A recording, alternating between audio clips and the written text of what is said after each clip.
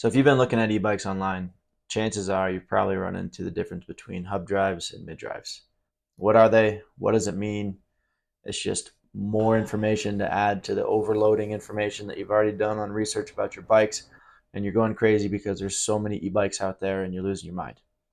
Today we're going to talk about hub drive versus mid drives, what they are, what they do, what's best for you, and what I like better. So we're going to start with the hub motor. The way that I look at a hub motor is like a mini generator inside of your wheel. The motor sits in your hub or in your wheel. Now typically this is in the back of your wheel. However, I do see some converted e-bikes in the front of the wheel, whatever, both wheels, whatever you want. What's nice about the hub motors is that they're free spinning, so they don't engage the drivetrain at all, which has some advantages. So let's talk about the pros. Hub drives are typically more common on e-bikes. I see them on the majority of e-bikes for a couple different reasons. One, cost effectiveness.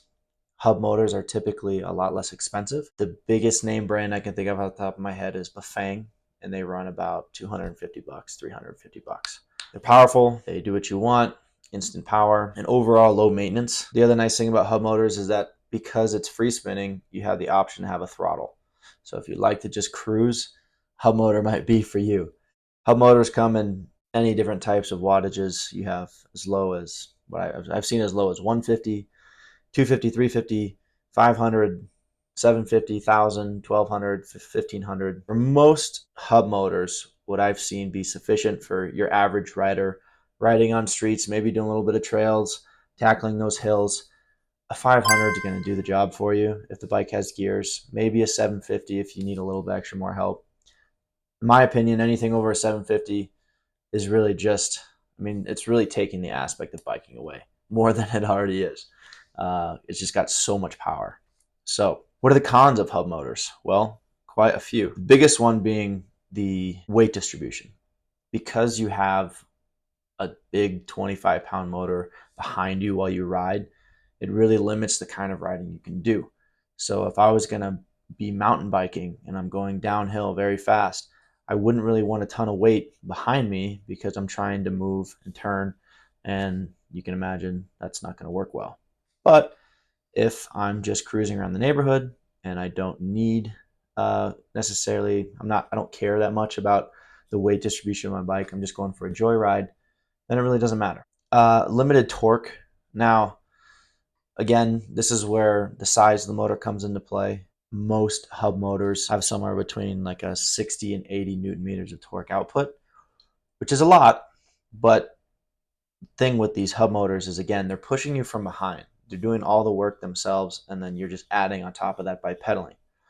So what I see a lot of times is your hub motors can burn out a little bit easier, especially if you're just using your throttle full power and just going up a steep hill. You're going to overheat your motor and you're going to burn it out. Now, I know I said that these are low maintenance, which they are. They don't require a lot of maintenance and looking after them. But when you do break them, it is a pain in the. So overall, for a hub motor, I think they're best for someone who's looking for more of an entry-level e-bike, using it to commute or get around town or light trails just for recreational fun. I definitely recommend the hub motor. You're going to save more money. It's going to have just as much power. It's going to be less maintenance, and you have a throttle, so it's a little bit more fun. Also, 80% of the bikes I sell in my store are hub drive, if that gives you any reference. Okay, now we're going to jump into mid drives. Mid drives obviously sit in the crank of your bike. That's why it's called a mid drive, in the middle of your bike. And they are quite different from hub motors. The way I describe the mid drive motor is like putting like a sports car. You put your engine right in the middle, so it generates the most torque and has the best weight distribution. And those are the two biggest pros of having the mid drive: torque and weight distribution. Overall, mid drives you typically see on what I say niche style bikes, so road bikes, mountain bikes. Obviously, they're still on commuter bikes.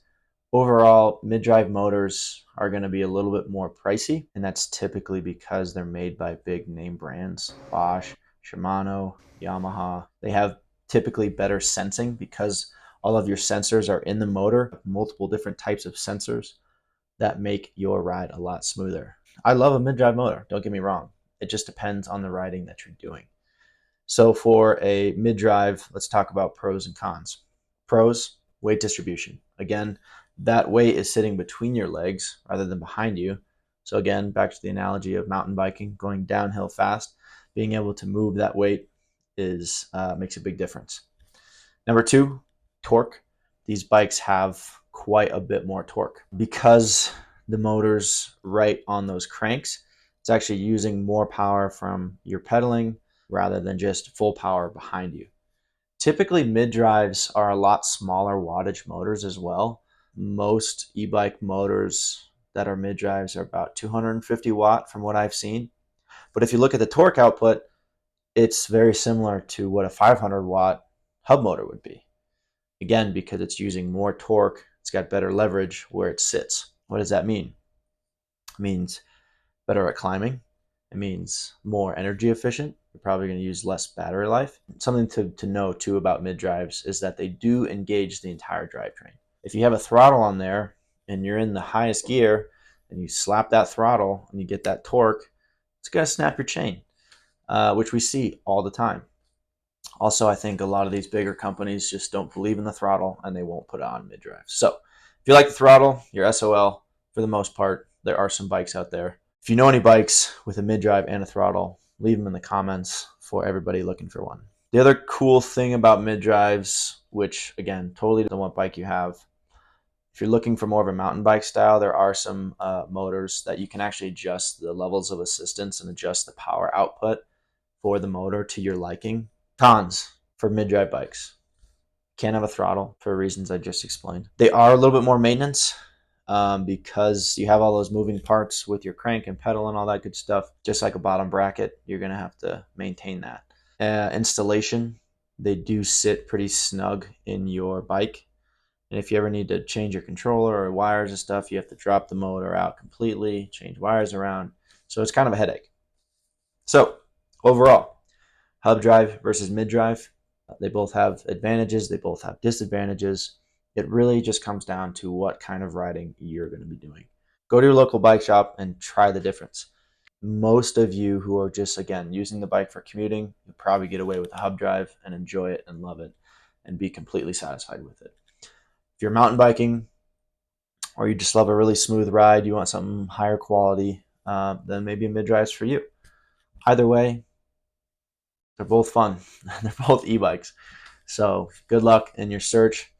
And if you need more information about e-bikes and you're panicking because there's so much information out there, come back to Electric Bike Support, where we break everything down, simplify it for you, and hopefully make your experience a little bit better.